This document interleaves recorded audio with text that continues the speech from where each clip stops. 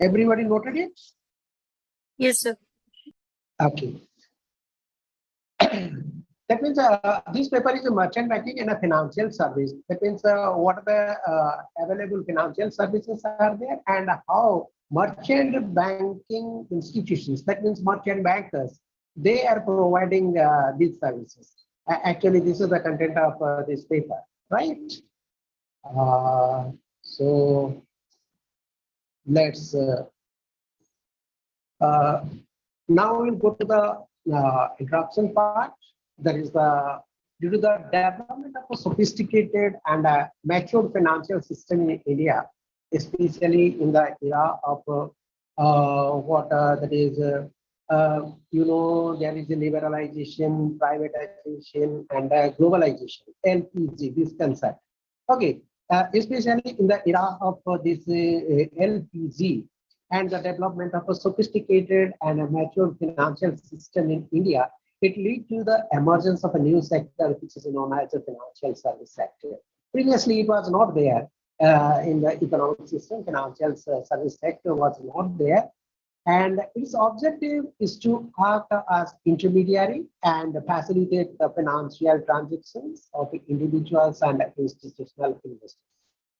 Just I am giving you one example. You can see that it may be your individual investor or it may be your institutional, like the corporate sector. What is happening to their savings? Whatever the amount they are saving, they are simply depositing them into the either into the fixed deposit or it remain idly in the current account or savings account, which carries very little interest, isn't it?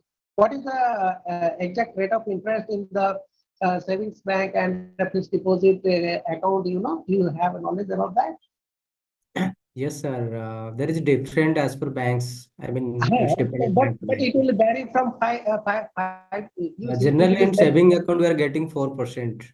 Yes, 4 to 5%. It 5%, varies yes. from 4 to 5%, and if it is a fixed, then it is 7 to 8%. And it is also dependent on tenor and amount as well also. Yeah. So that what is happening, you see, by that whatever return you are getting, it's very negligible. And another thing is that this investment is also not diverted to the capital market. That means the capital market where more capital has been infused into the Indian capital system, and this fund has been used for the more productive purposes. By that, what we are getting a little bit higher rate of interest. Of course, risk factor is there, that is which you will read in the risk management. So that what is the objective here? The objective is to act as intermediary. That means this financial service sector, it will act as an intermediary and facilitate the financial transactions of individual as well as institutional investors. And the bundle of institutions that make up an economic financial system can be seen as the brain of the economy, which is providing the bulk of the economic's need for many functions. It is called your the Indian financial system, or these are the financial service sector. That is the work of the institutions which are providing all these services. Are you able to follow or facing any difficulty? No, sir, we are getting properly. No problem. Good. Okay.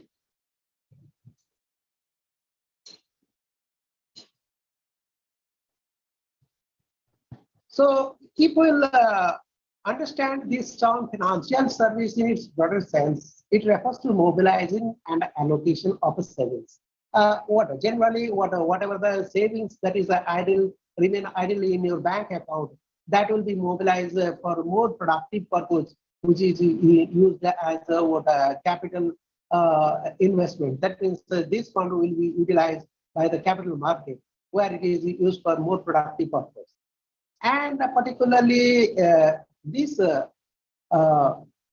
is identified as all those activities which is involved in the process of converting the savings into the investment, right? So whatever the individual savings, or it may be the savings of the corporate sector.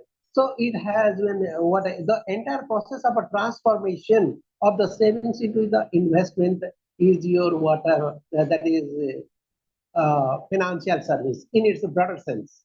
People think about the what are the financial service that is in the broader sense. It comprises of what are all these entire process or all the activities which is involved in the process of conversion of the savings into the investment. Is that clear? Yes, sir. Clear. Very good. Then financial service also include your financial intermediaries. Who are the intermediaries? You can take the example of your insurance company. You can take the example of a commercial bank. You can also take the example of a venture capitalist and a merchant bankers. Okay, so these are the various intermediaries, and the financial service also includes these financial intermediaries. Right? The merchant bankers, venture capitalists, commercial banks, and insurance companies. These are all what intermediaries. And these intermediaries are also included in the financial services and the financial service sector. Okay. Yes, Yes, sir. sir. Good. Regarding the definition aspect of the financial services, please note down the definition, then I will explain it a little bit clearly. It may be defined as the collection of organizations which intermediate and facilitate financial transactions of individual and institutional investors. Sir, again, sir. It Uh, facilitates. facilitate financial transaction of individual and institutional investors,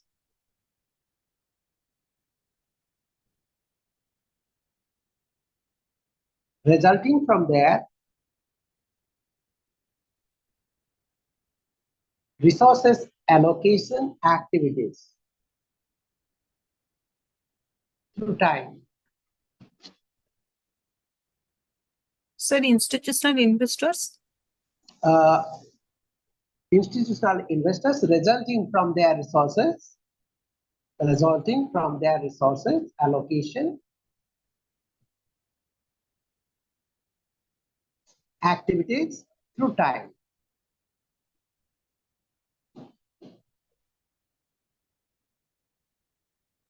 Sir, activities.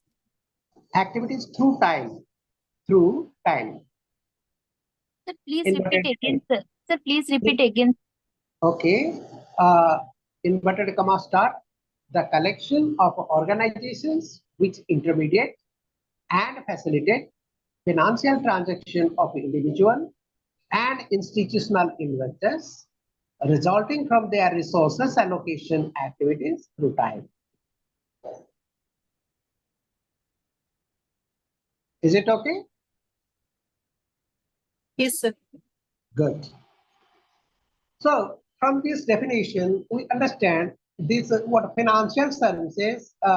It is a collection of organizations, and these organizations they are act as what facilitators. That means they act as intermediaries in the financial transactions of either individual or institutional investors, and resulting from their resources allocation activities through time. That means what?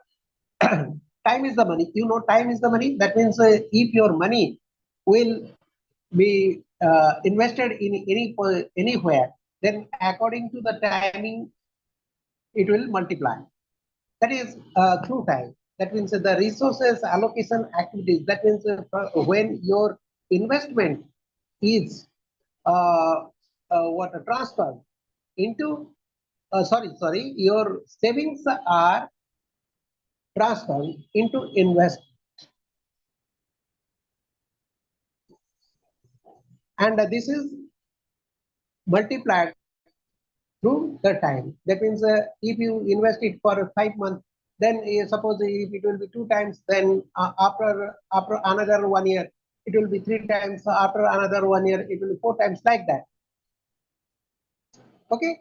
So the financial services, it include all activities which are connected with the transformation of a savings into investment. Is that okay? Yes, sir. Yes, sir. Okay.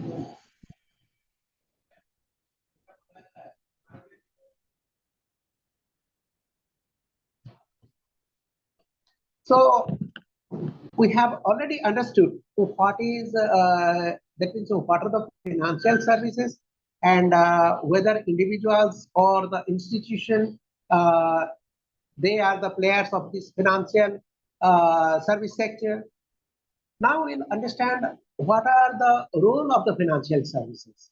That means whatever this financial services sector in the whatever the institutions, financial institutions, they are part of the financial service sector.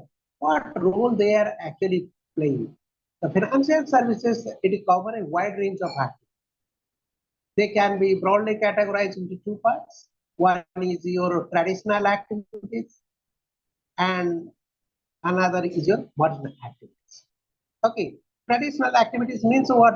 From the inception of this financial service sector, whatever the functions they are doing, and whatever the modern activities due to the changing scenario of the market and competition in the market, whatever the new activities already included in that, those are covered under your modern activities. And again, this what a traditional activity, which is a conventionally the financial services actually people they are carrying on.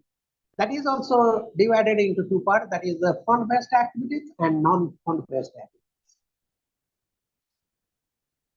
Are you able to follow me? Or any issue? Yes, sir. Yes, sir. Yes, sir. Is there any issue? No, no, sir. Very good, very good, very good. Sir, So, sir, yeah, traditional activities divided into 2 parts. What is that, sir? fund-based activities and Non-fund. non-fund-based activities.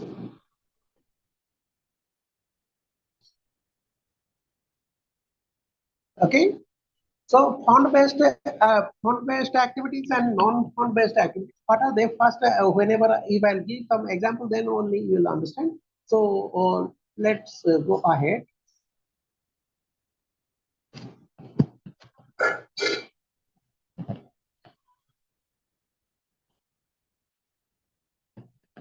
I'll give you one example.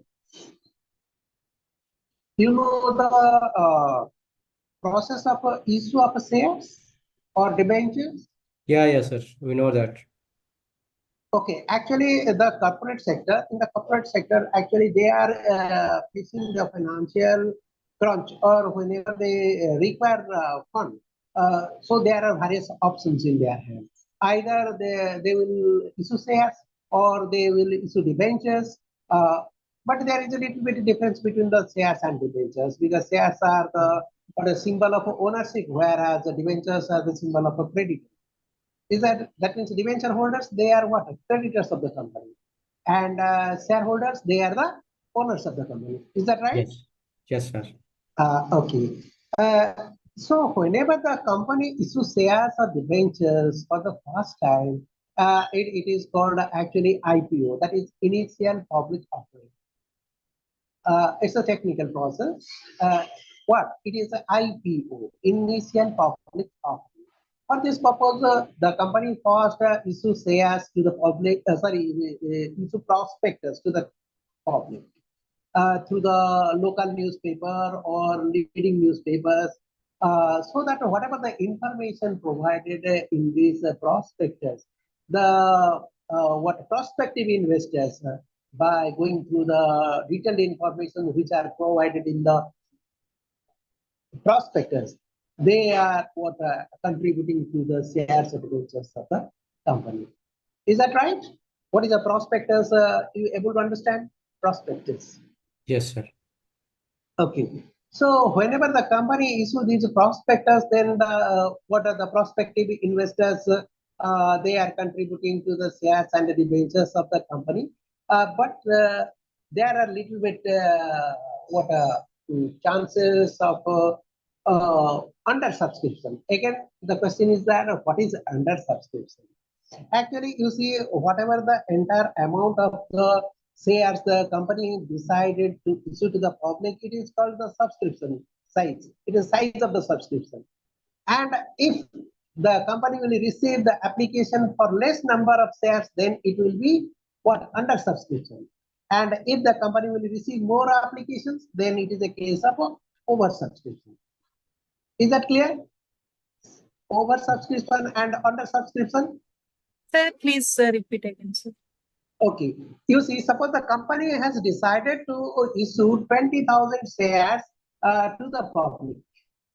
For this purpose, company has issued the prospectus, and the prospective investors, they have given the application, but the company has received only 2,000 applications. Then it is a case of under subscription. But if the company will receive more than 20,000 applications, then it is a case of over subscription, right? Yes, sir, got it, sir. Yes. Okay, so there is a, you see, whenever there is over subscription or under subscription, in the over subscription case, the company is quite safe because the company is not losing anything. Whatever the shares it decided to issue to the public, it will issue that number of shares, so no issue. But whenever it is under subscription, the company's objective is not fulfilled.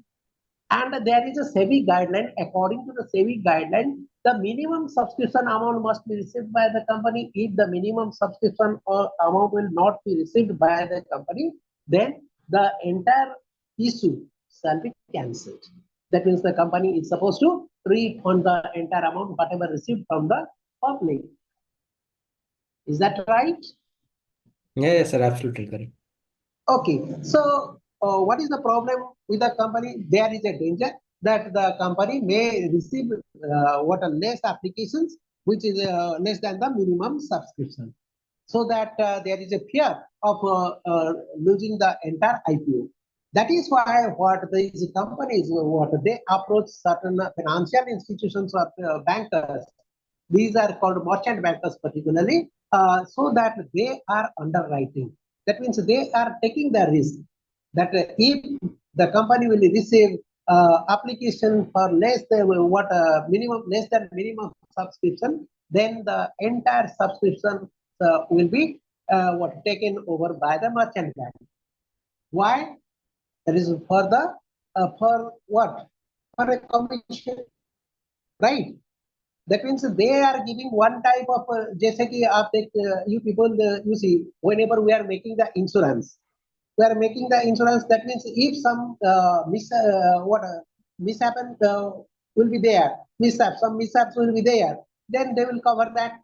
Similarly, if there will be less than minimum subscription, if the company will receive the application for less than minimum subscription, then there is a fear of losing the entire IPO. But at this juncture, particularly, these merchant bankers, they will what? They will purchase the entire holding. That means the entire subscription. जितना आपका public contribute नहीं किया. Suppose out of 20,000 shares, out of 20,000 shares, only application has been received for 2,000 shares, and rest 18,000 shares, this merchant banker they will take. So the objective of the company is fulfilled. But why these merchant bankers they will take this risk? That means they will charge a commission for that, which is called underwriting commission. And this entire process is called your underwriting of shares or debentures. Is that clear? Yes, sir. It is clear, but sir, I have small query against this. Suppose, as you said, as you said that 20,000 shares has been offered to the publicity. Yeah. If they are just getting the under less, 2,000, so application share money suppose 2,000 per share, right? Yeah. And then it will be not under then 2,000 just they are getting the application. and it will be Yes. cancelled as per SEBI, right, sir? And the merchant banking is Yes. entering this, so what will be share application money? I mean, it will be less, so whatever, in the same amount. I mean, 2,000 per share. Okay. Here you see the public will contribute for 2,000 shares, and Yes. the rest 18,000 shares. For the rest 18,000 shares, these merchant bankers they will contribute. Okay, So okay, that okay, so okay. that total 20,000 shares will be subscribed, and Correct. there is a no fear of under subscription. That means the objective of the company, which was to issue 20,000 shares to the public, now this condition will be fulfilled. This objective will be fulfilled. Correct, But sir. for this purpose, but The for this organization, purpose, yes, sir. That organization intention is to create funds for the day-to-day operation, right? good, And good, that's why good. that's offering that. But my question was that, sir, that share application money per share will be same for merchant bank Yes, also. yes, Okay, got it, sir. yes. Got it. This will stay. Yeah, Okay. So yeah. now this concept of underwriting of shares and debentures, it is a very clear to you. Yes, sir. Got it, sir. Okay. So next one is your dealing in foreign exchange market activities. Foreign exchange market activities means what? Foreign exchange activity particularly is concerned whenever there is either export or import, right? So whenever we are exporting goods, we are supposed to what? Give what? What we need to give whenever we export. So we are supposed to give export duty, Yes, sir. and And then whenever custom duty, import custom duty that will. Yes. And whenever we are importing, then we are supposed to pay Custom import duty. duties. Okay, export duties and import duties both are combined, and it is called customs duty. Okay, so you see the foreign exchange is required. Which purpose? That means what? Whenever either you export or you import, they will not accept our currency. That means we are supposed to make the payment in the foreign currency, and we are also supposed to receive the foreign currency. Is that right? Yes, sir. Yes, sir. Okay. So for this purpose, actually, generally we are not dealing with the foreign exchange. So whenever we export or import, we need this foreign exchange. And for this purpose, we need the help or the assistance of certain intermediaries, those who will convert our currency into foreign currency, so that we will be able to get this foreign exchange. Okay, so these what financial institutions, or the you can tell the merchant bankers, or the who are financial institutions, those who are providing the financial services, which are coming under fund-based activities. It is particularly dealing in foreign exchange market activities, right? Dealing in foreign exchange market activities. It is one of the fund-based activities. Is that clear? Yes, sir. Yes, sir. Clear. Next one is your lease financing, hire purchase, venture capital, factoring, and forfeit. So these are little bit technical terms. Just I will tell in nutshell these points, and whenever these chapters particularly will be discussed at that time, I will give you in detail regarding what is factoring and forfeiting. But these are the simple terms. That is lease financing. Lease financing. What is what do we mean by the lease financing? Anybody having any idea regarding lease financing?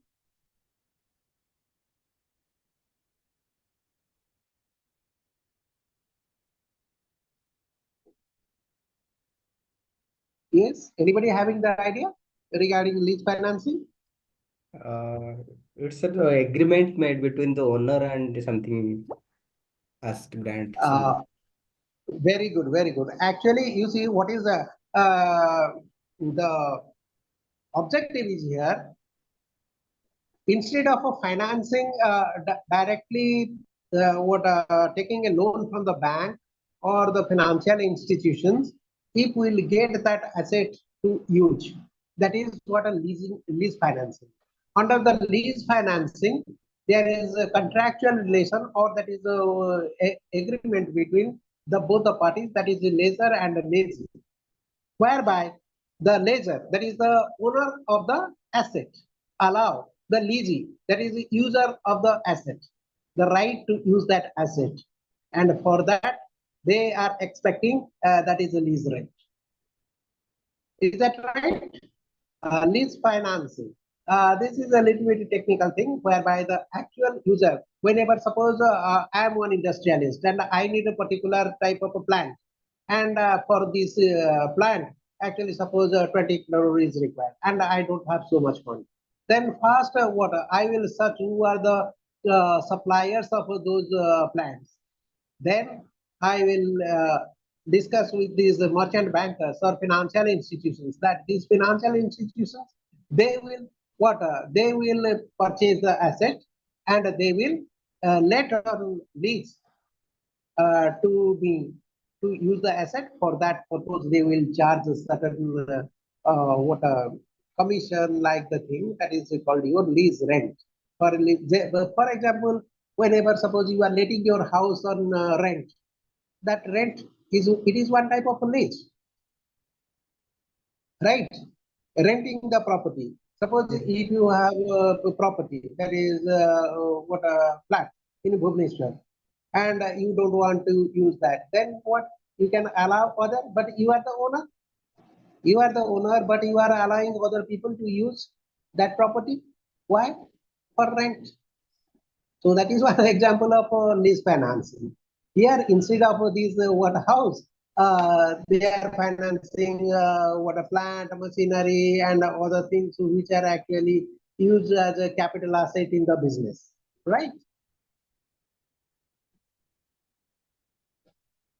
Able to follow this concept, or having any difficulty in understanding this financing? No, sir, from my end, it's okay, but I can't say for. Okay.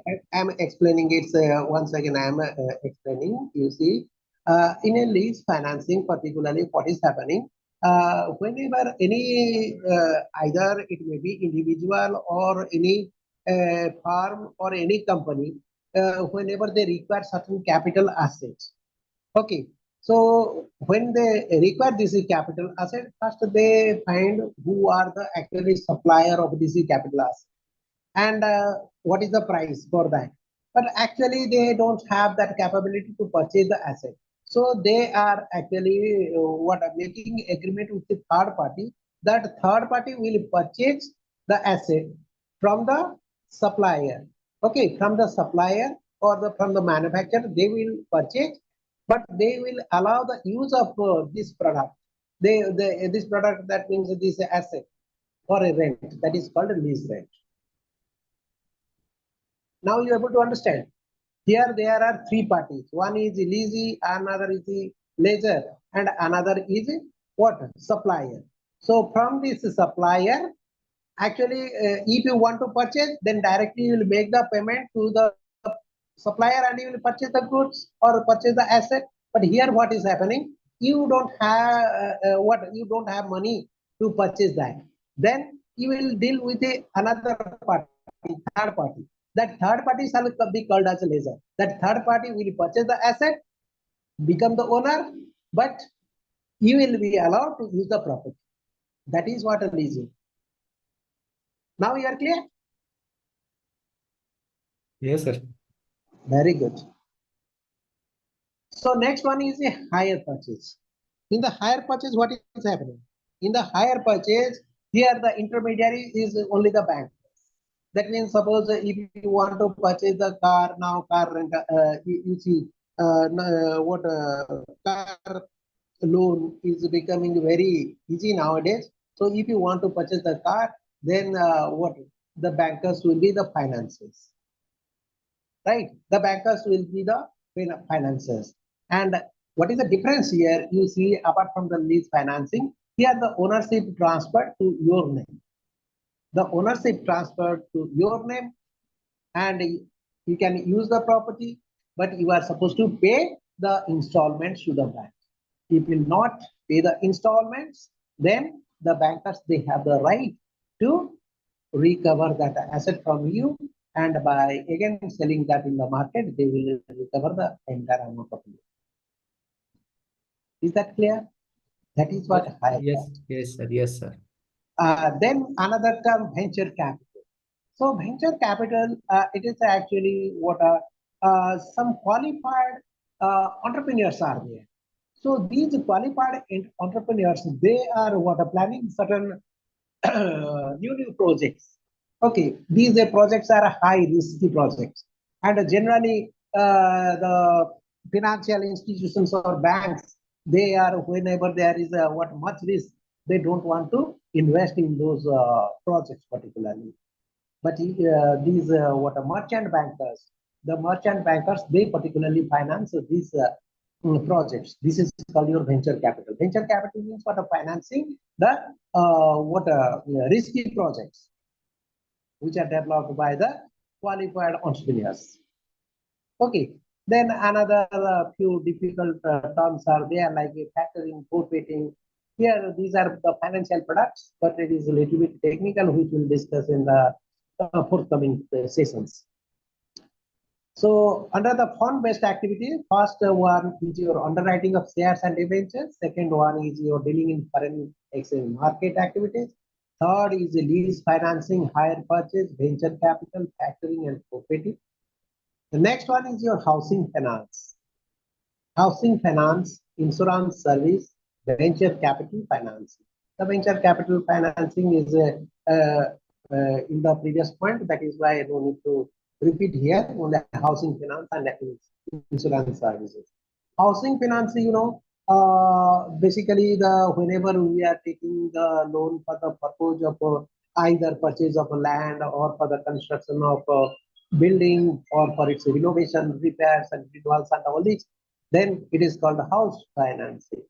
So these housing finance, actually, you see, there is a craze in the market. That means the bankers, they are very interested to tender this housing finance. And individuals, they are also very crazy. Do you know why? Why there is a craze for this housing finance? If you think about the loan, then there are basically three types of loan. Basically, other loans are there, but basically there are three types of loan. Generally, one is your housing finance, another is your personal loan, another one is your car or bike loan, right?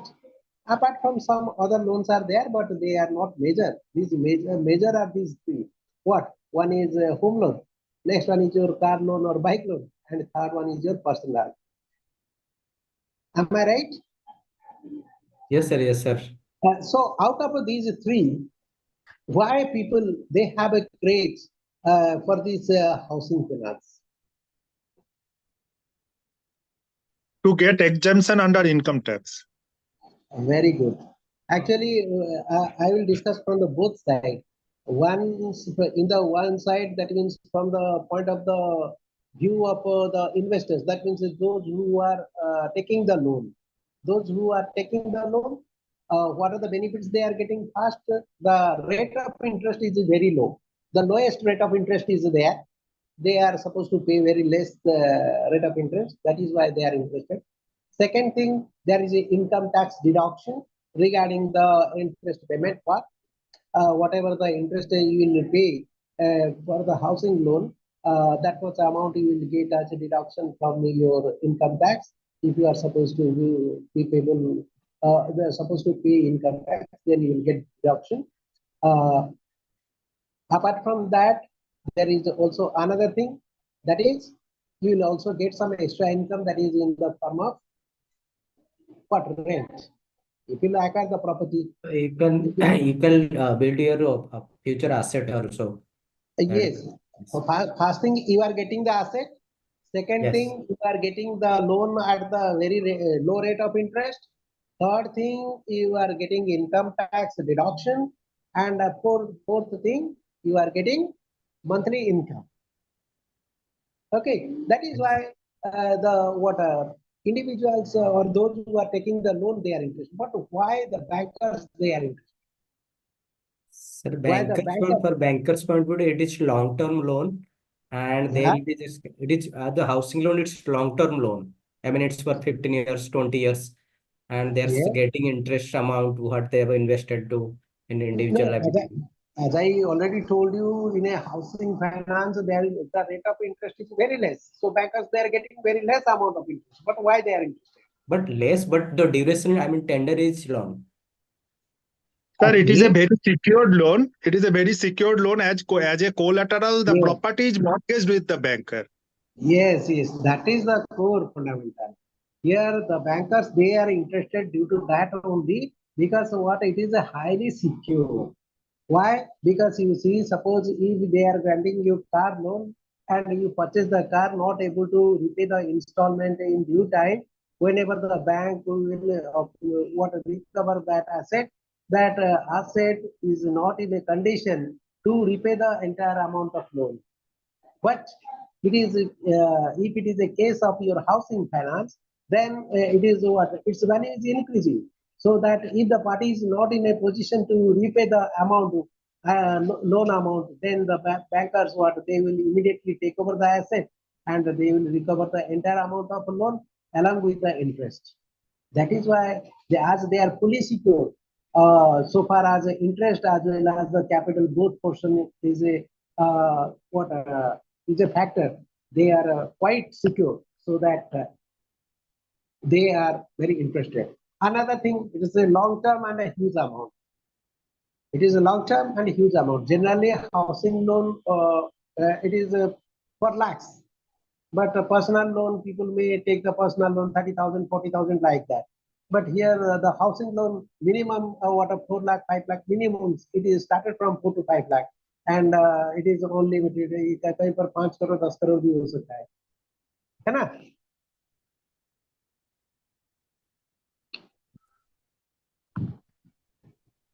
Okay.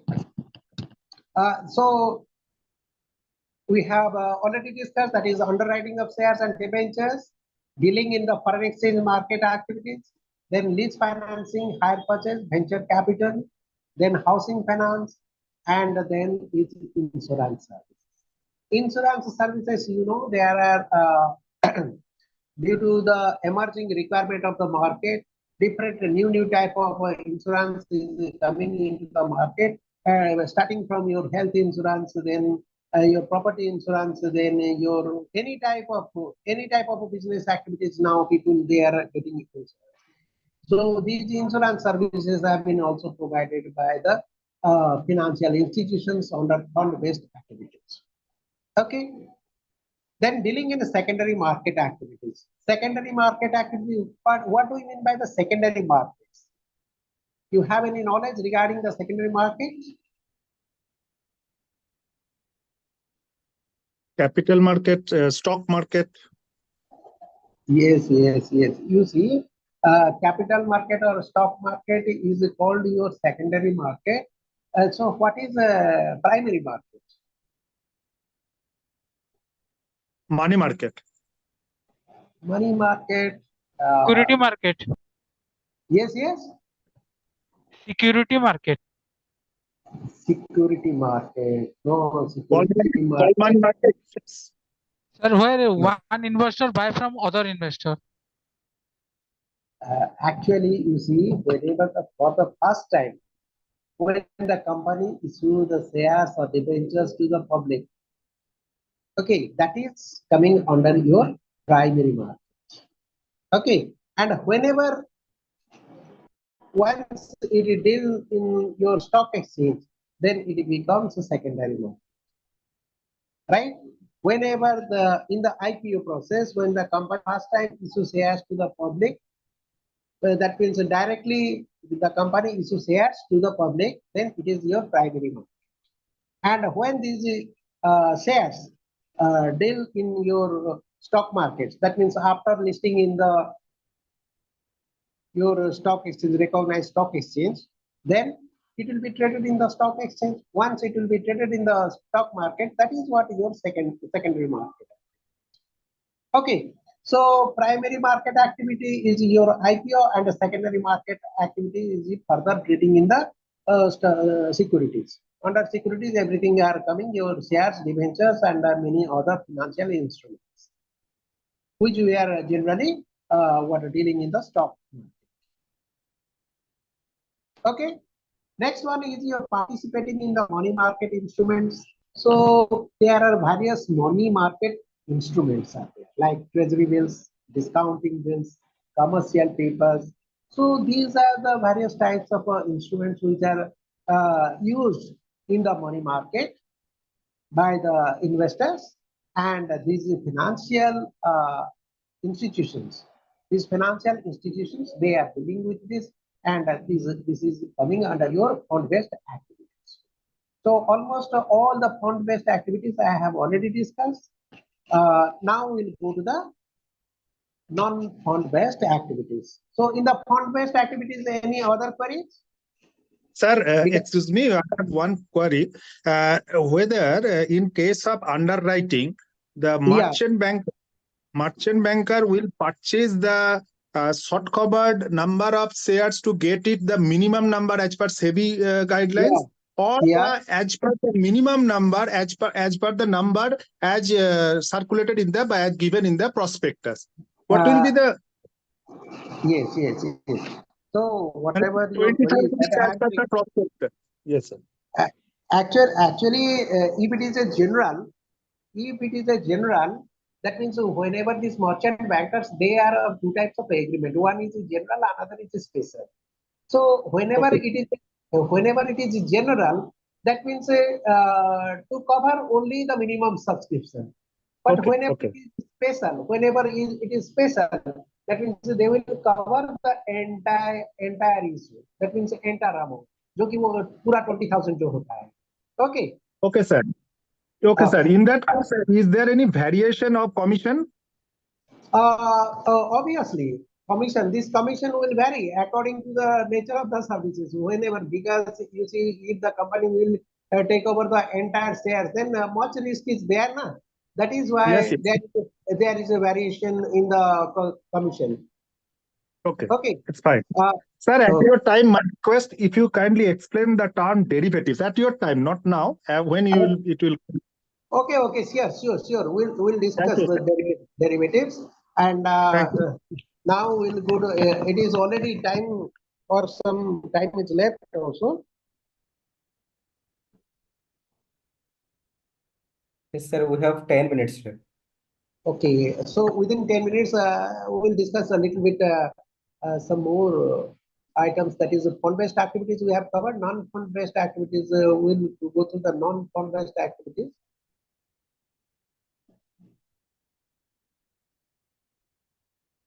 Under the non-fund-based activities, management of a capital issue. Okay, the management of the capital issue, इसमें क्या आता है? The pre and the post issue management. ये तो issue management जो होता है, इसमें what pre and post. That means what are the activities required to be done before the issue, and what are the activities to be conducted after the issue as per the SEBI guideline, as per the company's laws. Many activities are supposed to be carried out, and as the companies are not interested to do all these functions, so these merchant bankers nowadays, they are also providing this facility, that is non-fund based activities, the management of the capital issue. Okay, it is divided into two parts, that is a pre and a post issue management. Is that clear? Yes, sir. Yes. Another is arrangement for the placement of a capital and the debt instruments with the investment institutions. What is this thing? Arrangement for the placement of a capital and the debt instruments with investment institutions. Actually, whenever the companies, they are in need of the finance, they may need the financial assistance from any bankers or any other institutions. For this purpose, they need to prepare a project report, and this project report will be analyzed by the financial institution to study their creditworthiness, and credit rating is also required. And so all these activities, that is starting from the preparation of the project report and giving the presentation to the financial institution, then arranging the credit rating from the getting the credit rating from the organizations. So all these activities that means those activities are also conducted by the merchant bankers, and this is coming under your non-fund based activities. Okay. And the next is your arrangement of funds from the financial institutions. It is a very genuine thing. That is only just approaching the bankers to provide the financial assistance to the what a corporate sector. This is what arrangement of funds. It is also coming under your non-fund based activities. Another, you see, particularly in the corporate sector, they need the financial assistance for mainly two purposes. At the time of inception, that is to acquire the fixed assets, that is what we are treating it is as a fixed capital, and then for the purpose of sustenance. That means in the whenever the company will start functioning, then they require raw materials. Then they are supposed to make the payment to the staffs and make the payment to the creditors and other legal expenditures and overheads, all the overheads. For this purpose, actually, they need certain financial assistance, and this capital particularly it is called your working capital. So you will divide the entire financial need of the organization. One is your fixed capital and another is working capital. So under non-fund based activities, these financial institutions or the merchant bankers, they are also providing both the facilities. That means they are arranging funds for the fixed capital as well as the working capital for their clients. And for that, they are charging, obviously, they are charging certain commissions, and they are also assisting in the process of obtaining government clearances.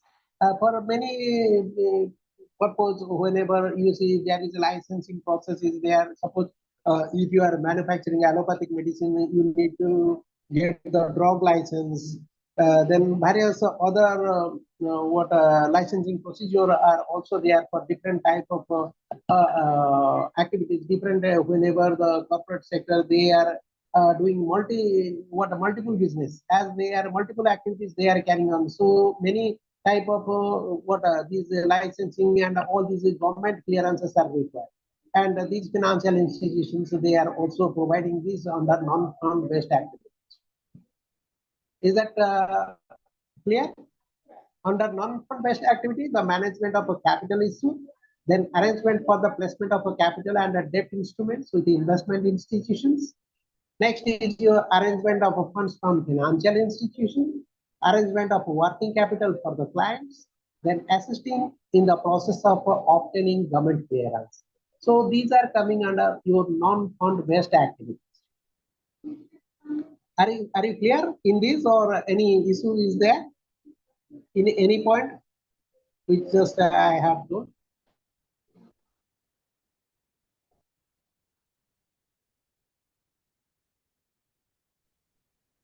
Sir, clear, sir.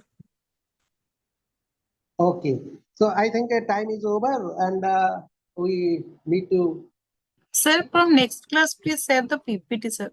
It will be better to understand. Yes, sir. Of course. And from the next class, I will share the PPT. And so the next class will take, sir already joined or not? Actually, sir, Subrat already mentioned that we don't have that book for this paper subject. So we cannot follow without any materials. That's the main problem. Yeah. Okay. So no, I will supply certain materials, PPTs, and whatever possible. Actually, I thought that the institution is providing, but if you are telling that you are not provided with the books, then definitely I will arrange certain materials and all these. Sir, good evening, Yes, Subrat this side. Sir, if that will better if you can just provide PPT to Rasmi ma'am and she'll be share in our groups, student groups. Okay. Is that fine, sir? Okay. Yes, it is fine. It is fine. Yes. So Sir, if it can be given in advance, at least 2-3 class advance, we can at least follow the topic. Otherwise, you know that we could not. Yeah. Okay. I'll keep it in mind and I'll discuss it with the concerned authority and we'll try to at least send you it before, so that the class will be more interesting and interactive also. Okay, sir. Thank you, sir. Thank you, sir. Thank you. So I'll conclude the class, or this is the last class, or any other teacher? No, sir. About another class, we are just waiting for that. It's 7:30. Okay.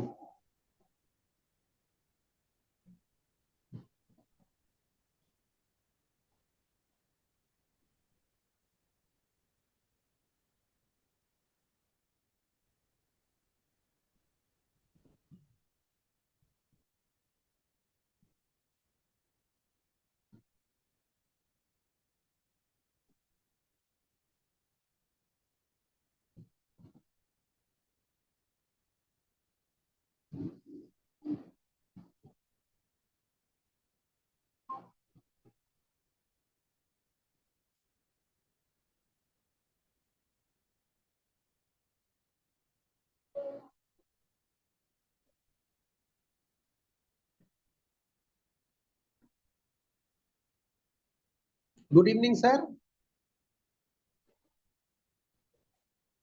Hello.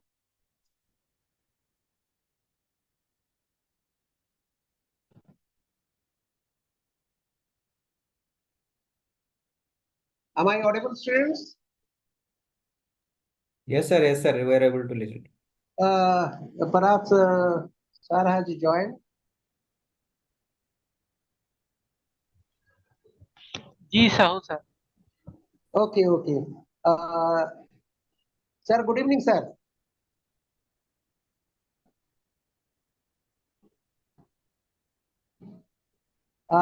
Sir, I will make you host.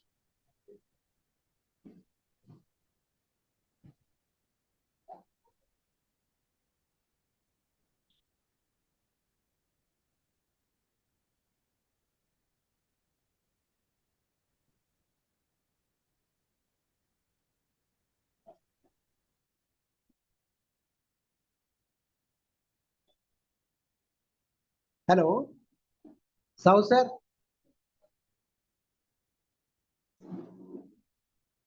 Hello, sir.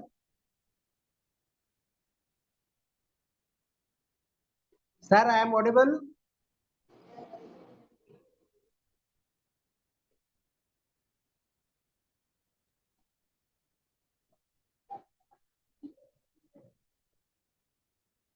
Sir, Dr. J. Saw is already on mute, and I don't think she is able to listen. I had made him the co-host.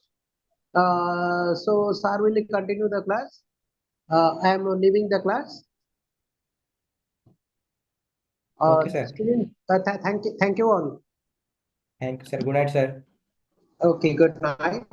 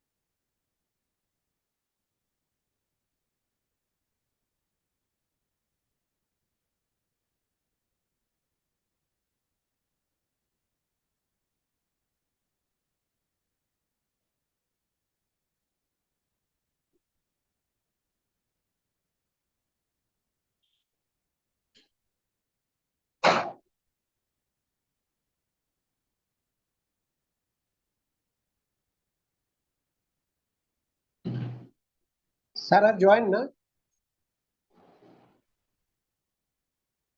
No, sir. I had made him co-host.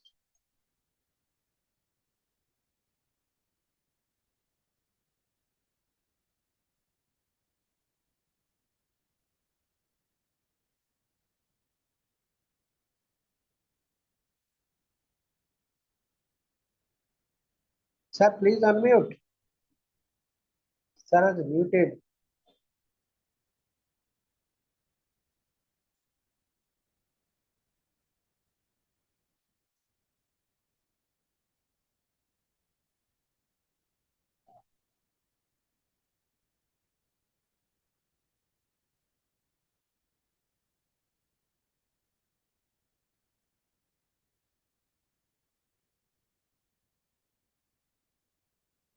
Students, shall I make any of you as a co-host so that whenever sir will enter into the class, we will make them host?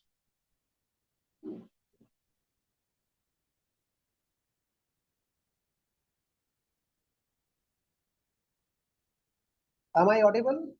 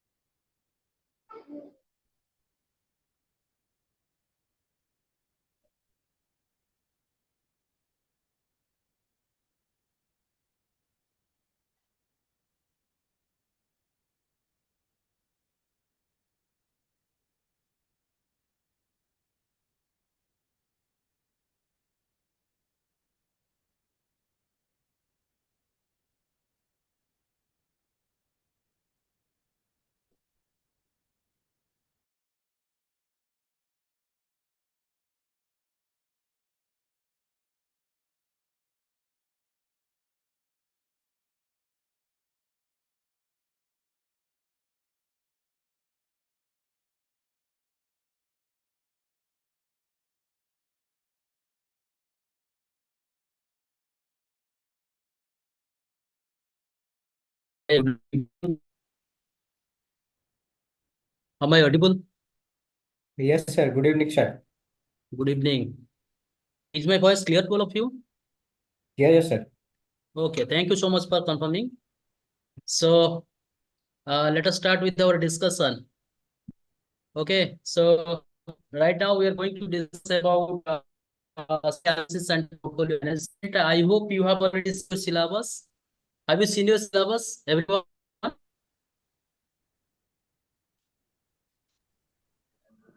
No, sir. Yes, sir. Yes or no? Yes, sir. Yes, sir. Oh, very good. So how many Not units are there? not totally, but 1, 2, 3 we have seen. Oh, 1, 2, 3 you have seen. Yeah, just risks written and derivable written, something like that. We have seen that. Okay, very good. So there are 5 units actually. If you go through your syllabus, you can see there are 5 units. Okay, the name of the paper is Security Analysis and Portfolio Management. This is a paper which is simply I can say it's a part of investment. Okay. So 5 units are there. First unit we are going to discuss about introduction to portfolio management. And in the second unit, we are going to discuss about the selection process of the portfolio, how we are going to select the portfolio. Then in third unit, discuss building fixed income security portfolio. And unit 4 is all about your fundamental analysis through to our portfolio. And fifth unit is all about the evaluation of portfolio performance. So whenever we are designing the portfolio by taking various assets means financial assets. So how we can able to evaluate the portfolio on the basis of risk and return. Okay, so these 5 units are there. So briefly we'll discuss about all these 5 units. So today I'm going to start with very basic things. So today we are going to discuss about investment management, the basics of investment management or fundamentals of investment management. So before going to our discussion, so I want to ask one question to all of you. In a life, we come as some investment. हाँ या नहीं बोलो? Sorry, sir. Can you come again, please? Your voice was breaking. In our day-to-day life, we are coming across with a particular word, that is investment. As a management student, frequently I hope this particular investment. Yes or no? Yes, sir. Yes, sir. Okay. So can you tell me what do you mean by investment? Any idea? You just share your thoughts about investment. Yes, sir. As per my opinion, we are doing something for, investing for gain something in future. Yeah. Okay. Good. You are talking about investing something for future. Okay. So whenever you are talking about something for future, that means you are considering the time period, isn't it? Yes, sir. Absolutely. Good. Chalo. Next, please. Please be participating. I am not going to deliver the lecture. Rather, I am going to discuss with you. You know something, I know something. So we are going to disseminate our knowledge because you all are professional. Sir, investment mean which will give us some profit in future. Okay, good. You are talking about the profit. It's good. That means whenever Yes, you are sir. putting some amount of money, you are expecting Yes, sir. some amount of profit. That this is exactly not profit. This is some additional income. Yes or no? Yes, sir. Yes, sir. Yes, Very That's good. yes, sir. Fantastic. Yes, yes. Please proceed. Please proceed. Anyone else? Sir, giving something to get some additional return, Yeah. interest. Very good. So Ayushman sir is talking about additional return. That is additional amount of income, isn't it? Yes, sir. Okay, good. So most of all, actually, partially or fully, you have already defined the term investment. So let us start with our discussion with this investment first, because we are going to discuss about the fundamentals of investment. Just please, I need confirmation whether my screen is visible to all of you. Yes, sir. Yes, sir. Wherever. Yes, sir. So you are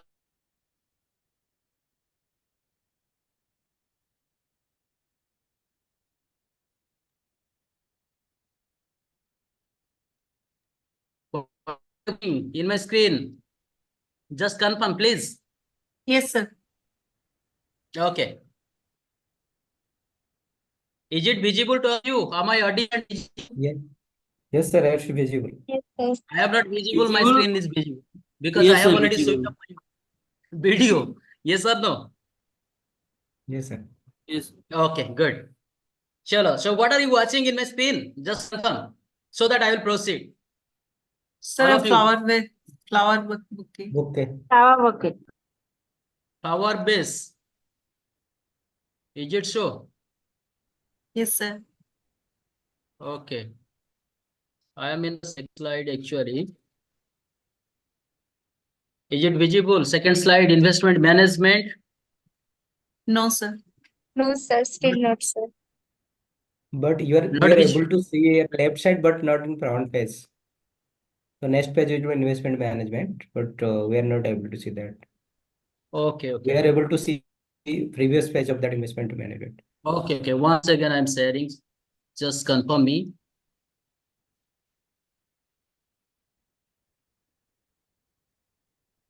No, sir. Now is it visible? Yes, sir. Yes, yes, sir. Now we are. Yes, sir. Oh, good. So we are going to discuss about investment management. So before starting our discussion, I have already taken one quote that is given by Sir Bernard Shaw, Man and Superman. The best way to forecast the future is to invent it. Whenever we are going to forecast our future, we must involve ourselves in the process of invention. Okay. Yes, So sir. why I'm citing this quote? Actually, Because whenever we are investing something, we must forecast the future of our investment. Definitely the future of our investment, as you have already answered, the future of the investment is focus on additional amount of income or additional amount of return. Yes or no? So that's why whenever we are going to invest something, so in order to forecast the investment, we must focus on the return. But dear friends, please remember, whenever you are focusing on the return, side by side, you must be ready to take risk, because without risk, there is no question of return.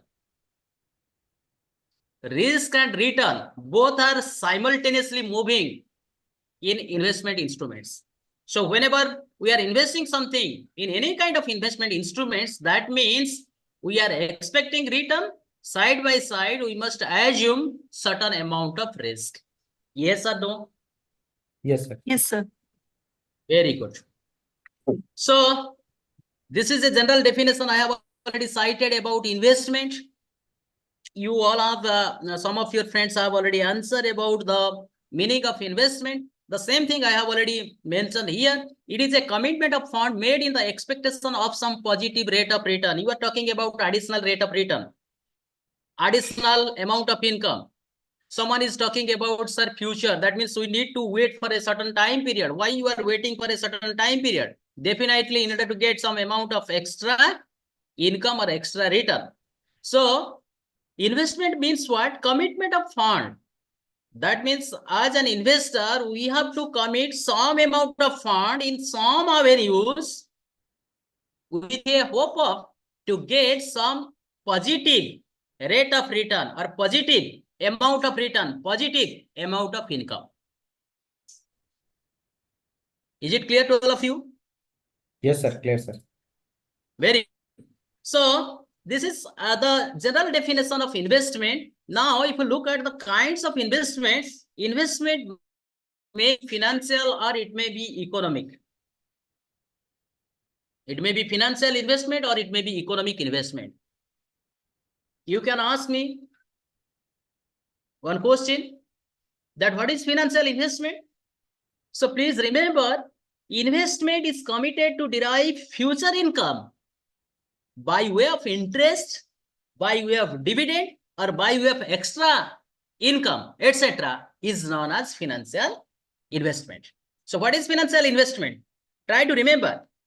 Investment, that means this is the amount of fund committed to derive the future income by way of interest, by way of dividend, or by way of extra amount of return.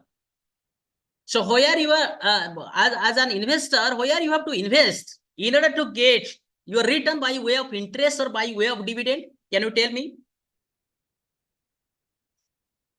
By buying shares. Very of the good. company. Fantastic.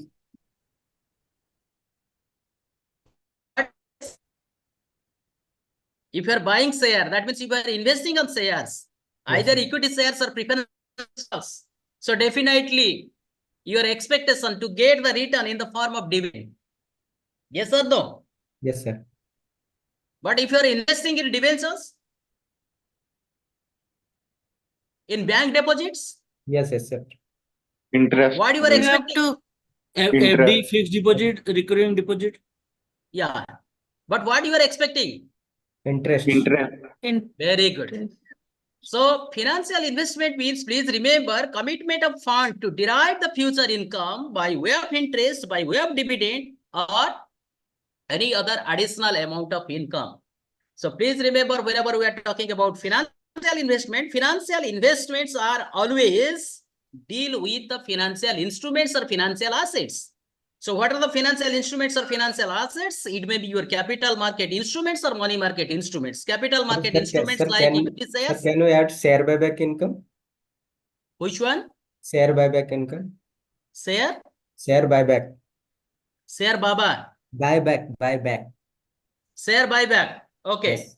That is also against share, equity share. Yes. Buyback of share. That is coming under your financial investment. Correct. Okay. So capital market instruments means what? Simply capital in capital market, actually capital funds or long-term funds are traded like your equity and debt instruments. It may be equity shares, preferential stocks, debentures, etc. So financial investment purely deals with the financial instruments or financial assets.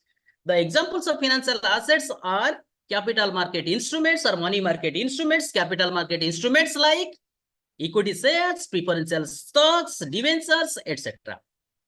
And money market instruments like your commercial paper, treasury bills, zero coupon bonds. So these all are money market instruments. So please remember, capital market instruments are the long-term investment instruments, but money market instruments are the short-term investment instruments. Okay. So investment may be financial or it may be economic investment. So what is economic investment? Please remember, it is a kind of investment through which we can add some, what you can say, physical assets. So net addition to the physical assets is known as your economic investment. So these economic investments are otherwise also known as real investments.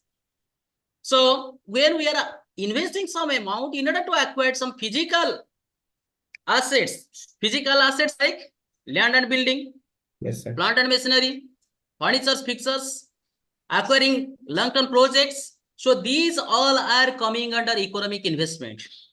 Did you understand? Yes, sir. So investment may be financial or it may be economic investment.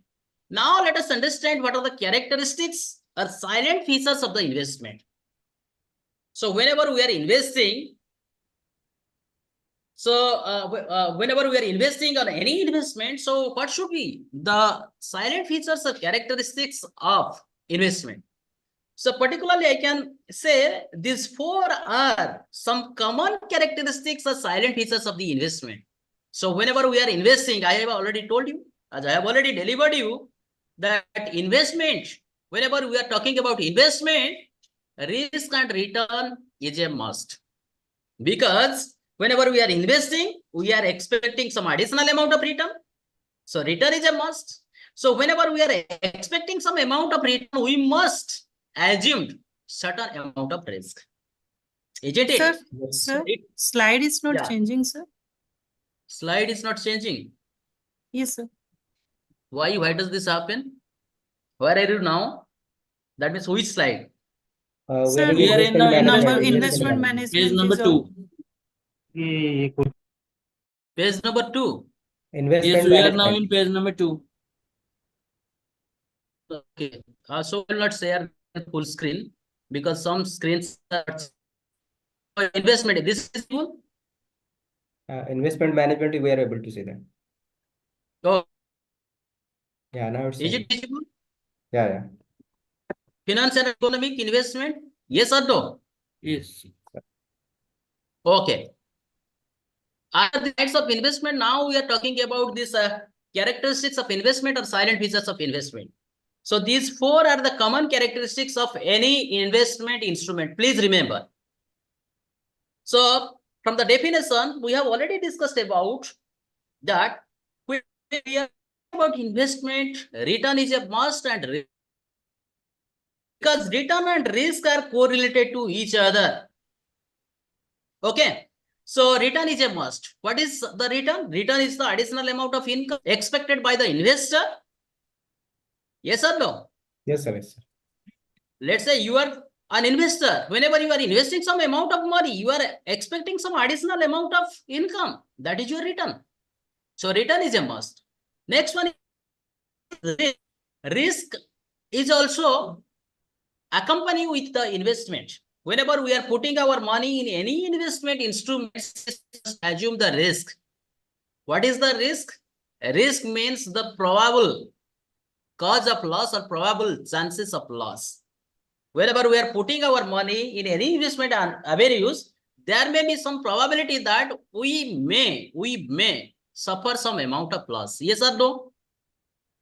Yes, sir. Yes, sir. So risk means what? The probability that our expected rate of return may not be materialized what we are expecting that we may not get in the future. So that's why we are saying risk is there. Let's say we are expecting today we are investing some amount of money at the period we are expecting that we are going to get 20% rate of return. But at the end of the period, we are not able to get 20% rate of return. So why there is the variability of the return? The reason is very simple, because of the risk. Yes. Yes or no? Yes, sir. So risk is the another characteristics of investment. Next one is about your safety. That means whenever we are putting our money in any investment avenue, we are also looking whether our money is safe or not, whether our investment is safe or not. Safety means what? What is the chances that you can able to get back your principal amount? Let's say today I am putting 1,000. I am waiting for 1 year. That is the time period. After 1 year, I am expecting 20% rate of return. So at the end of the period, I must get 20% rate of return. That is my expectation. Side by side, I must also recover my principal amount. That means 1,000. How quickly I am expecting to get back my principal along with the additional amount of return. That is the safety. Is it clear? Did you understand? Yes, sir. Yes, sir. Yes. And the last one is about liquidity. Liquidity means what? As an investor, as and when required, how we can able to convert our investment into cash or cash equivalent.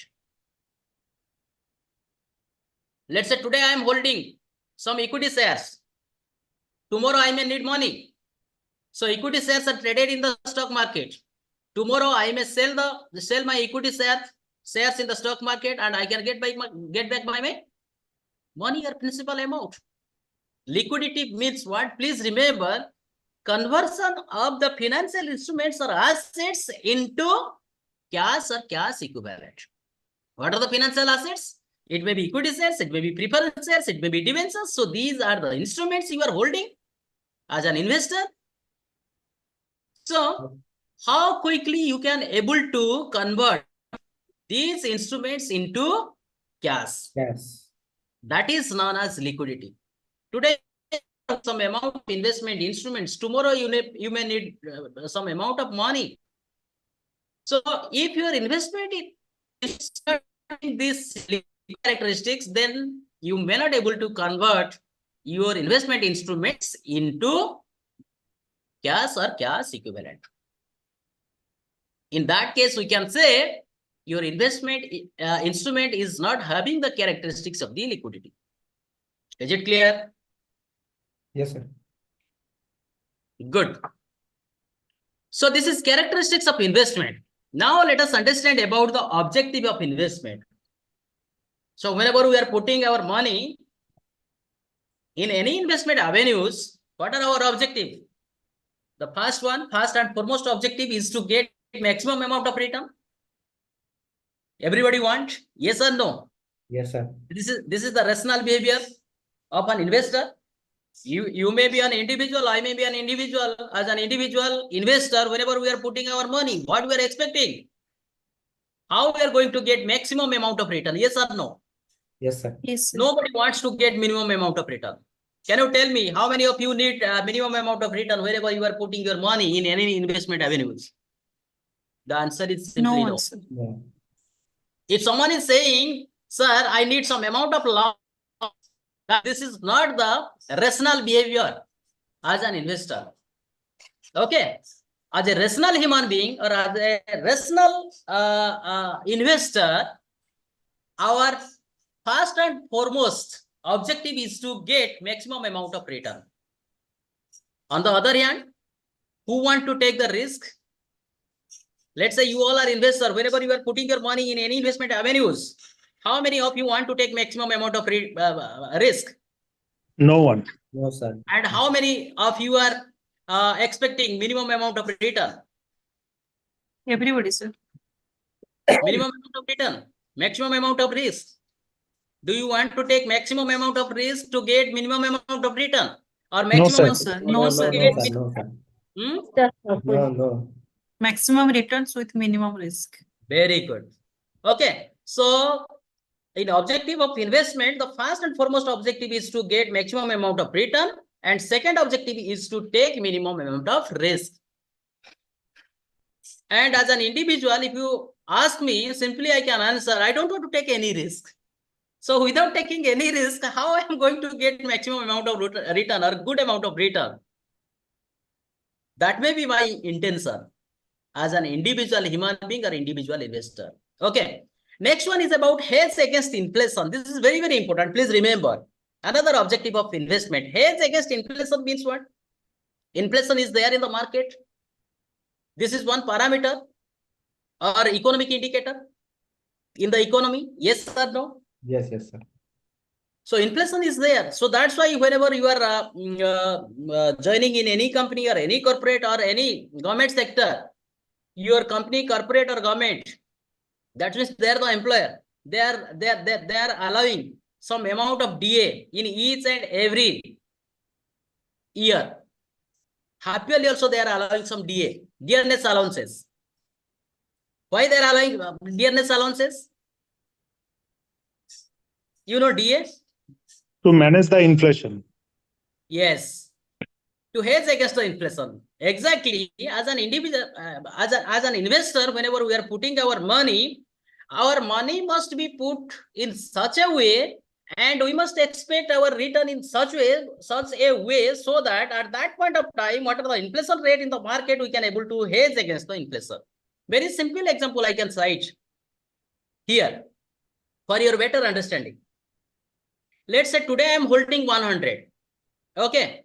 So I am investing 100 today, and I am expecting 10% rate of return at the end of the year. So at the end of the year, what will be my income? Tell me. 100 rupees. My rate of return is 10%. So at the end of the year, what will be my return? Expected return? 10 rupees, sir. 10 rupees. Yeah. That means at that point of time, what is the value of my money? 110. 100 rupees principal plus 10 rupees additional amount of Yes, return. 110. That is 110. Nice. So today 100 rupees must be equal with tomorrow 110 rupees. Yes or no? Tomorrow means Yes, at the sir. end of the period. Let's Yes, say sir. today I can able to buy, by paying 100 rupees, I can able to buy 1 liter of petrol. At the end of the year, because of the inflation, if the petrol price will rise, let's say up to 120, and I am expecting that my total return means principal along with the return will be, or value of the money will be 110. That means I am not a good investor. I am not in a position to hedge against the inflation. Because today 100 rupees is there. So by paying 100 rupees, I can able to get 1 liter of petrol. Yes. Okay. Yes. So at the end of the period, if the petrol, because of the inflation, if the petrol prices will rise up to 120, and on the other side, if my value of the money will be 110, can I able to manage the inflation? Can I able to hedge against the inflation? No. Are you getting my point? So Yes, this will be another objective of the investment. So whenever you are putting your money, you must consider the investment inflation rate. Let's say current inflation rate is 7%. So at the end of the year or at the end of the period, your expectation of the return must be more than 7% so that you can able to hedge against inflation. Is it clear to all of you? Yes, sir. yes, sir. Yes or Yes, no? sir. Yes, sir. Yes, sir. Very good. So these three are the basic objectives of investment. The first one is maximization of return. This is our prime focus. Second one, we always want to take minimum amount of risk. So that's why minimization of risk must be there. And the third one is hedge against the inflation. So this is all about objectives of investment. Now we are talking about, now we are going to discuss about types of investor. So how many types of investors are there? So investors may be individual investors or institutional investors. Individuals investors like and other human being. You may be individual investor, I may be individual investor. So how I can become investor? If I will invest some amount of money, yes or no? Yes. I may be known as investor. So how can I able to invest some amount of money? If I could able to generate some amount of surplus. That surplus is otherwise known as the saving. Let's say I am a salaried person. My monthly salary, let's say, is 50,000 and my monthly expenditure is 30,000. So 50,000 minus 30,000. What is the surplus amount of money? 20,000. Yes. So out of that 20,000, how much, what is the amount of money I am saving? Okay, out of 20,000, I may save 10,000, I may save 50,000, I may save also 20,000. Yes or no? Yes, so sir. out of my saving, if I am investing or putting my money in any investment avenue, then I can be known as individual investor. Okay. So investor means what? Any individual who can invest in any investment avenues. So how an individual can invest? If the individual is having some amount of surplus or saving, out of his saving or her saving, he or she can able to invest. Then the person is known as individual investors. And the investor may be also institutional investors. Institutional investors like your financial institutions. So they are the large investors. Government is also one of the largest investors in any nation. Because government is investing large amount of money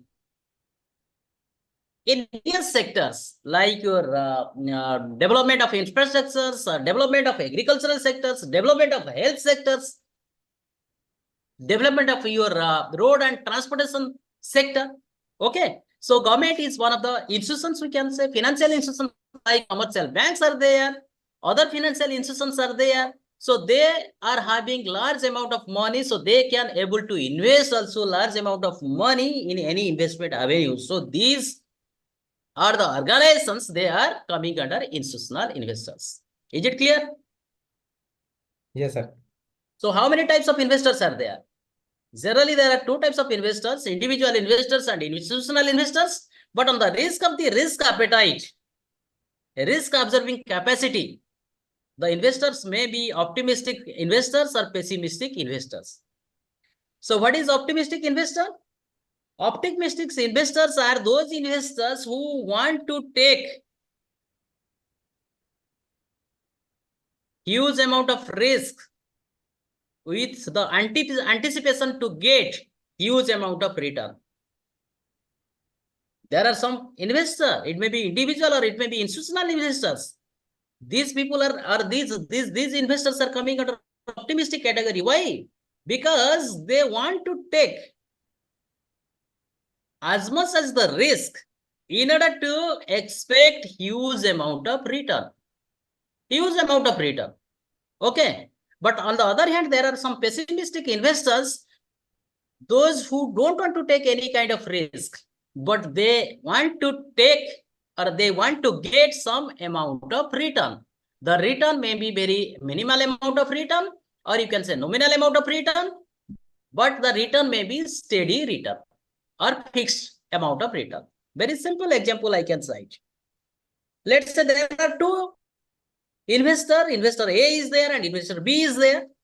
Investor A is optimistic investor and investor B is pessimistic investor. So in case of investor A, what will happen? The investor A will invest in the stock market because in stock market, growth is more, return is more, is also more. Yes, Yes or no? Yes, sir. You just on the other hand, about the investor B. Investor B is a pessimistic investor. Why? Because investor B doesn't want to take more amount of risk, but it wants to get some steady amount of return. Correct. In that case, what investor B will do? Simply, it will put the money in FD. the commercial bank by way of fixed deposits. Yes, FD. FD. Yes. आओ पियो घर में सो जाओ. At the end of the period, you will get 7% rate of return or 6.5% rate of return or 6% rate of return. Right now, most of the banks are offering around 7% of return. Yes or no? Yes, sir. If I am wrong, you may rectify. because some of you. No, sir, it's correct. It should also depend on amount, how much amount we are just keeping as FD. Achha. So it may depends on the amount actually. So on the basis of the amount, the banks may Yes. also offer. Amount Generally, and 7 to tenor, 8% tenor makes. also, tenor also. What are you Period. talking? Period. I mean amount and period also. How Amount and period. Okay. So in case of pessimistic investor, so you just see in pessimistic investor, what happens actually? They don't want to assume more amount of risk, but they need some steady amount of return or some what you can say minimal amount of return. But on the other hand, optimistic investors always they want to assume more amount of risk in order to get more amount of return. Is it clear? So these are the types of investors. Did you understand? Yes, sir. Up to this, any doubt? If you have any doubt, you can raise your query or concern.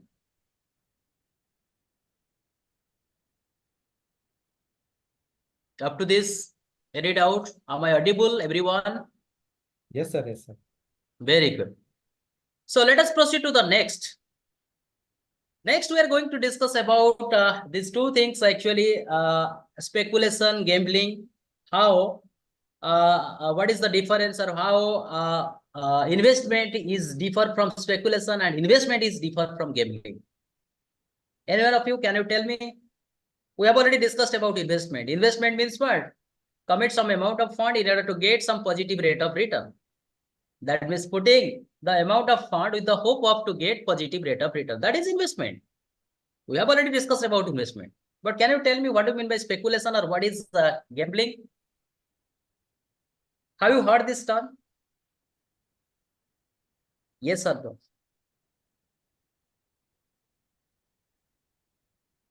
Yes or no? Is it visible? Is my screen visible? Is my screen visible to all of you? Yes, Yes, sir. sir. Yes, Yes, sir. sir. Yes, sir. What are you watching? Investment versus speculation and investment versus gambling, isn't it? Yes, Yes, sir. sir. Yes, sir. Yes, sir. Okay, we have already discussed about investment. Leave that investment part. But just tell me about what is the difference between this speculation and gambling. That is, what do you mean by speculation and what is gambling? Sir, speculation, as per my understanding, speculation is so rapidly, I mean, expected growth. It may be lost all the amount. It might be. Okay, good. Okay, expected return or expected growth. Growth on what? Growth on stock or financial asset. Yes or no? Yes, sir. Yes, Sometimes sir. your expectations may be negative. Because of this negative, you may also incur huge amount of loss. Yes, sir. Okay. So whenever we're talking about this speculation, please remember, in speculation, time period plays one of the crucial role. Time period, here we cannot say that exactly time period, actually timing. Timing of investment plays one of the crucial role. So in that timing, whenever we are considering the timing of investment, there may be involvement of two things. Please remember, huge amount of risk, that means more amount of risk, side by side, more amount of gain. That is known as capital gain. I can cite one example, very simple example for your understanding. Okay. So speculations are made speculations are speculated by the speculators. There are some investors, those who are continuously watching to the stock market or investment avenues. Let's say you are the investor, you are watching to the stock market, so you are looking at the various aspects of the stock. So simply what you are doing, actually, you are just finding out a particular time. In that particular time, if you invest your money, what you'll get? You may anticipate more amount of return, or sometimes it may be also negative. That means huge amount of loss will be there. Let us take one example. Let's say you are the investor. That means you are the speculator. You are watching to the stock market. A particular stock is trading at 10 rupees, let's say, right now. So you are watching the past. That means it's a historical prices also. Yesterday prices or last 5 days prices, last 2 weeks prices of that particular stock. but right now the price is available at 10. By looking at the past prices of the stock, right now the price is 10. At that particular time, you are investing your money. That means you are paying 10 rupees and immediately you are buying that stock. What is your expectation? Your expectation is that in the near future, that means tomorrow or after 1 week or after 5 days, the stock price will rise in the stock market. Definitely. Why? Because you have already considered various indicators. Various indicators like various stock market indicators or economic indicators or company performance indicators. So various indicators are there. By looking at the various indicators, you have already invested 10 rupees at a particular period of time in order to buy that particular stock. What is your expectation? Your expectation is that this stock, the price of the stock will definitely rise in the near future. Let's say today you are buying with 10 rupees. Tomorrow what happened? During the trading process, actually, the stock price increased up to 20 rupees. So at that point of time, when the stock price increased to 20 rupees, you are selling. So what is the amount of your gain? 10. Today you are buying at 10. Tomorrow 10. the stock price increased up to 20. So you are selling 10. At 20. Definitely you are getting 10 rupees. That is known as your capital gain. Yes, sir. That is known as your capital gain. What you are doing? You are the speculator. You are watching. On the basis of your speculation, by considering various indicators, that means you are taking the risk. You are assuming that the price of the stock will rise. But what is the guarantee that the price of the stock will rise? The stock price may not also rise. Tomorrow, it became 20 rupees. So when it became 20 rupees, immediately you are gaining 10 rupees as the capital gain. But if tomorrow the stock price fall from 10 rupees to 2 rupees, what will be the amount of loss? Today you are buying at 10. Tomorrow the price may be 2 rupees. Yes or no? Yes, sir. So what is the loss? 8 rupees loss. 8 rupees, sir. Are you getting my point? So in Yes, sir. case of speculation, risk is there, expectations about the capital gain is there, and timing of investment also matters. Okay? Yes, sir. But in case of gambling, what happens? Without any knowledge of risk, we are investing. Investing means we are putting our money. Okay? So you know the various games are there in gambling. Yes, sir, but not totally, but literally we have knowledge. That means we are not getting In ODI, average actually, return. there is saying about your sotta or goti. Yes, matlab we are not will not get Okay, that okay. average return. That means you are Average talking return. about you have not involved yourself in the process of gambling. Very simple example I can cite, actually IPL is going on. Yes, yes. Some bettings are also going on. Yes or no? Yes, sir. Betting. That is also one kind of gambling. So whenever you are putting your money in gambling, that means you don't know about how much risk is involved in your investment. In your account. Today I am putting 1,000 rupees in any for gambling. So here I say that I am not sure about the degree of risk. I am not sure about the amount of risk involved in my investment. So without knowing or without knowledge about the risk involved, we are putting our money. Today you are putting, that means immediately you are putting 1,000. In case of SOTA, if let's say 2 goti is coming, you will get the twice of your amount. 1,000 you are putting, again you will get twice of 1,000 is 2,000. So 1,000 is your principal, again you will get the 2,000. What is the amount of your, that means what is the amount you are going to get? Amount means principal along with your gain. 1,000. 1,000 plus 2,000, that means 3,000. 3,000. What is your growth? Your growth is simply, you can say 300%. Yes. From 1,000 to 3,000. Yes. Yes or no? Yes, sir. But in this process of gambling, let's say in SOTA, goti is not coming. Single goti is coming or no goti is coming. What will happen? You are going to lose your entire amount of investment. 1,000 will become. Okay. So that's why in gambling, Risk cannot be ascertained. Risk cannot be predicted. Risk cannot be, what you can say, assessed. But in case of speculation, risk is there, but we can able to assess the risk. We can able to, what you can say, forecast the risk. Okay. So this is the basic difference between the investment, speculation, and gambling. So this is the definition I have already taken here. So whenever we are talking about this investment, the act of committing money or capital to an endeavor with the expectation of obtaining an additional amount, that means additional income or profit. So there has to be a reasonable expectation of the profit. In case of investment, whenever we are putting our fund, reasonable expectation of profit is a must. But in case of speculation, the act of trading in an asset or conducting a financial transaction that has a significant risk of losing most or all of the initial outlay in expectations of a substantial gain. Today I am putting 10 rupees stock. That means I am buying 10 rupees stock by looking at the timing. But if the stock price tomorrow will be 0 or will be 1 or will be negative, that means I may incur substantial loss. Substantial loss means huge amount of loss. So with speculation, the risk of loss is more than offset by the possibility of the huge gain. Otherwise, there would be very little motivations to speculate.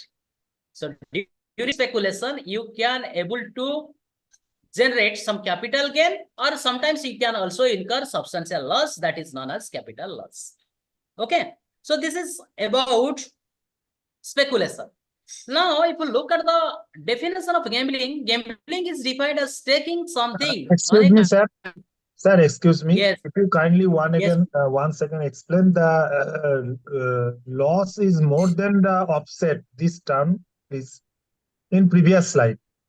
Previous slide, that means speculation. In speculation, Yes. what happens actually? Significant amount of risk. Significant risk means huge amount of risk is there. If you compare with your investment, in investment, you can able to predict your risk, you can able to assess your risk, evaluate your risk, or ascertain your risk. And your degree, calculation of degree of risk is more accurate than the speculation. But in case of speculation, what happens? Because of the significant risk, huge amount of risk, losing most or all of the initial outlay. 10 rupees you are, right now 10 rupees you are investing to buy a particular stock. You may also lose the entire 10 rupees. That is your initial cash outlay. Today I am putting 10 rupees. That means this is my initial outlay. Sometimes the initial outlay amount will be gone. 10 rupees, the price tomorrow may be 0, or after 7 days it may be 0, or 1 rupees, or it may be negative. So I may incur substantial loss. So why I am incurring substantial loss?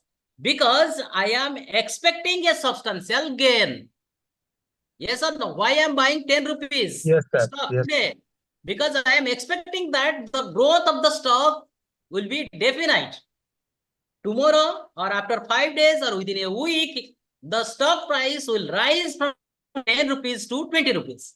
So if it will become 20 rupees or 30 rupees, I can able to gain 100% return or more than 100% return also.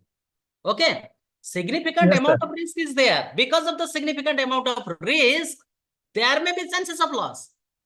There may be chances of loss. So why you are ready to assume the significant of risk, significant amount of risk, when the chances of loss may be up to your initial outlay, because your expectation is to get some substantial gain, huge amount of gain.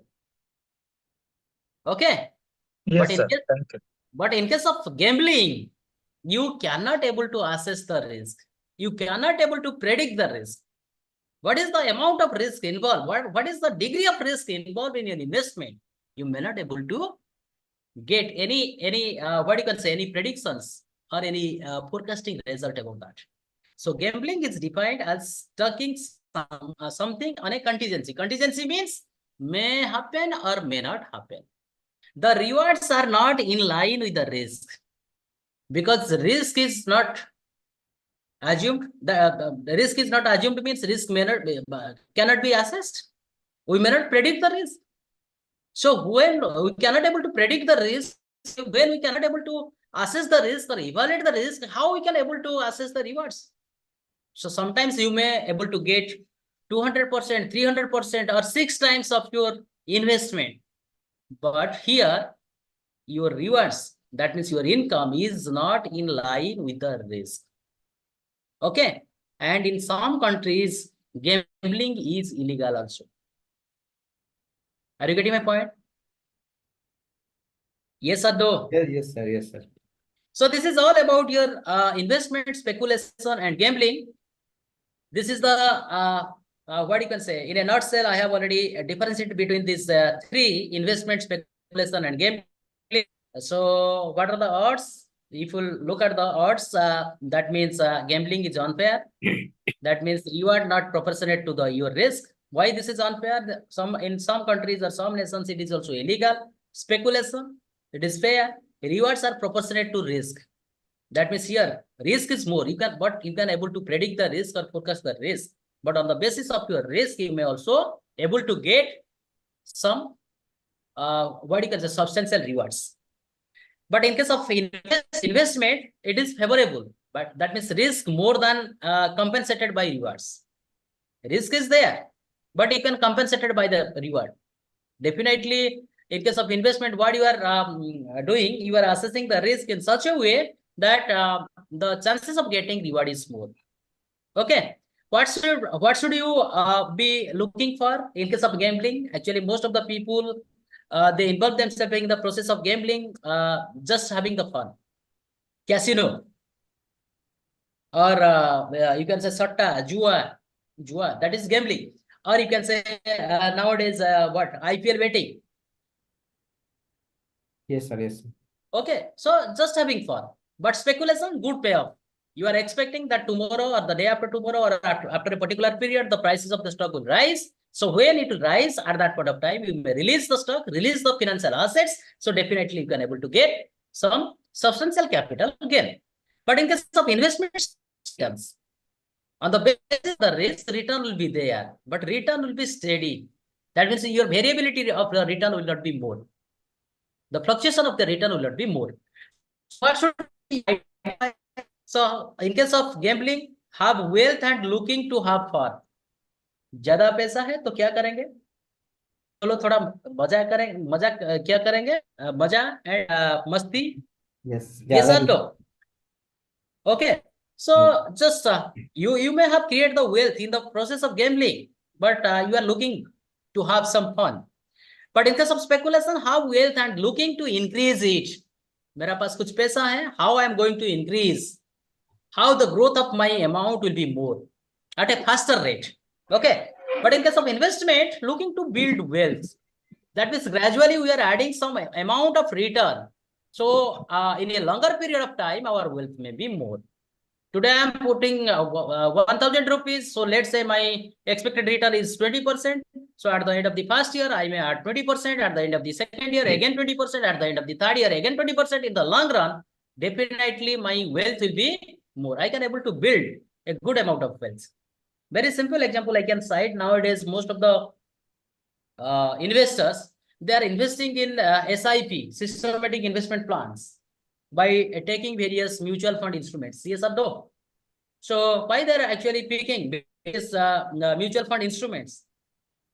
So that is a good example of your investment that is looking to build. In a long run, they can able to build their wealth. 5,000 or 10,000 or 20,000 per month or per quarter you are investing. So after 20 years or after 30 years, 1 crore, 2 crore, 50 lakhs, 20 lakhs, like that. So that is the amount of wealth you can able to build. So to succeed, what you need actually, in case of gambling, you need purely luck.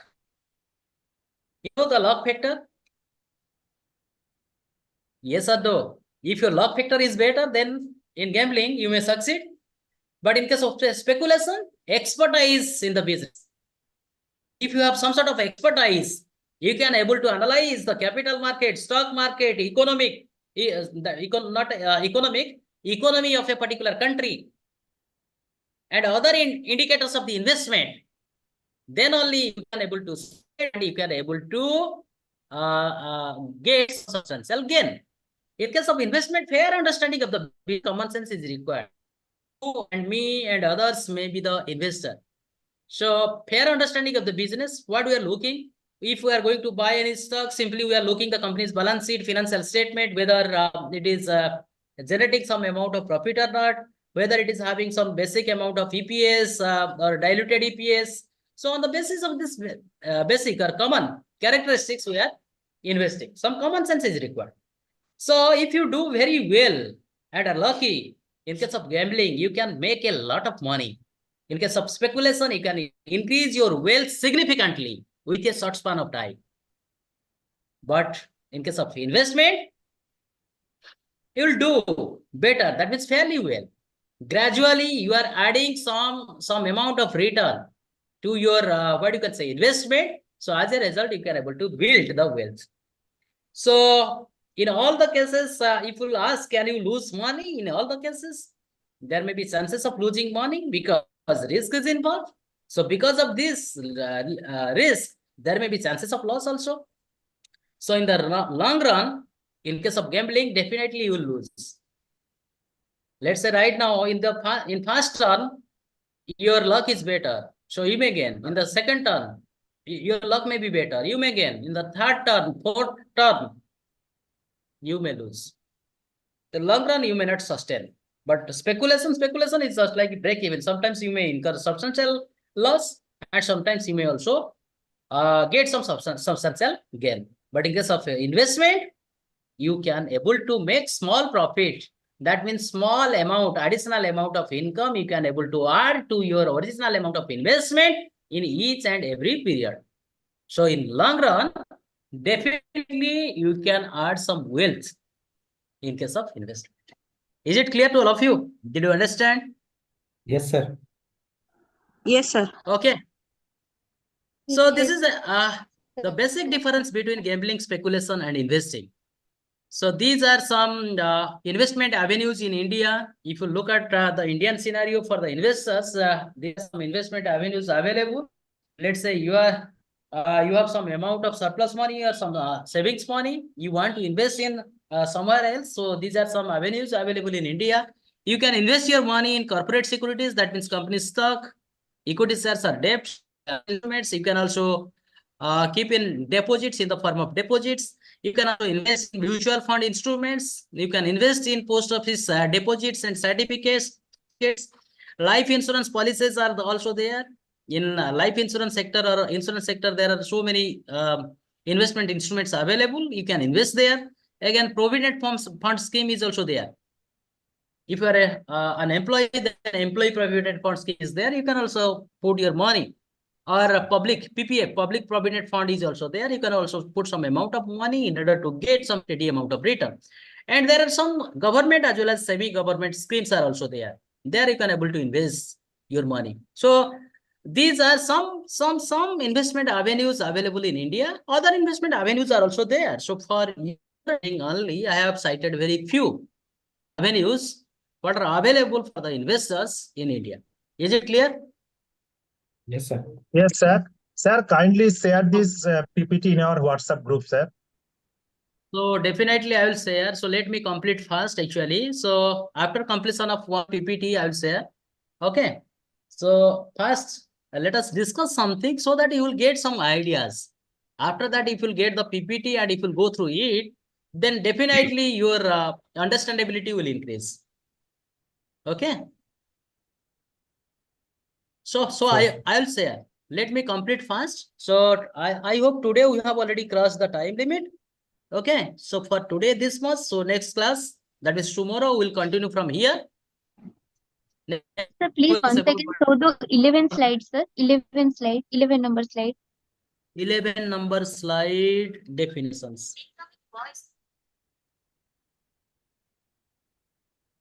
Is it visible? Yes, sir. Thank you, sir. Okay. Okay, so tomorrow we'll continue from this fundamental principles of investments. Sure, sir. Okay, sir. Okay. Okay, sir. Good night, sir. Ashutosh Nanda sir is asking, sir, please share the PPT after the class is finished. Definitely. So let me complete. Actually, unit wise, I am going. So I will try to give a little bit, that is some inputs during these 10 days of class because your post is vast. So during these 10 days, though I may not able to complete the entire syllabus, still then I'm trying to give you some input which will help you for your understanding and for your exam. Was it clear Yes, to all sir. of you? Yes, Okay. sir. Yes, sir. So Thank you, sir. Thank Good you, night. sir. Good night.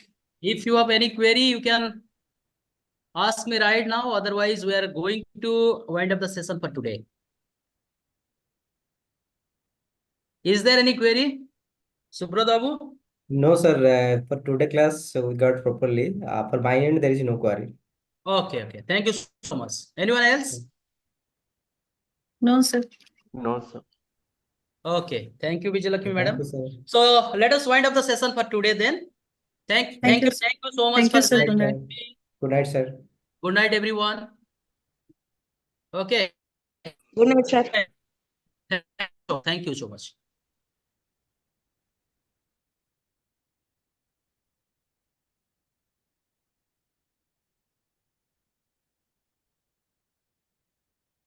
Okay, bye all.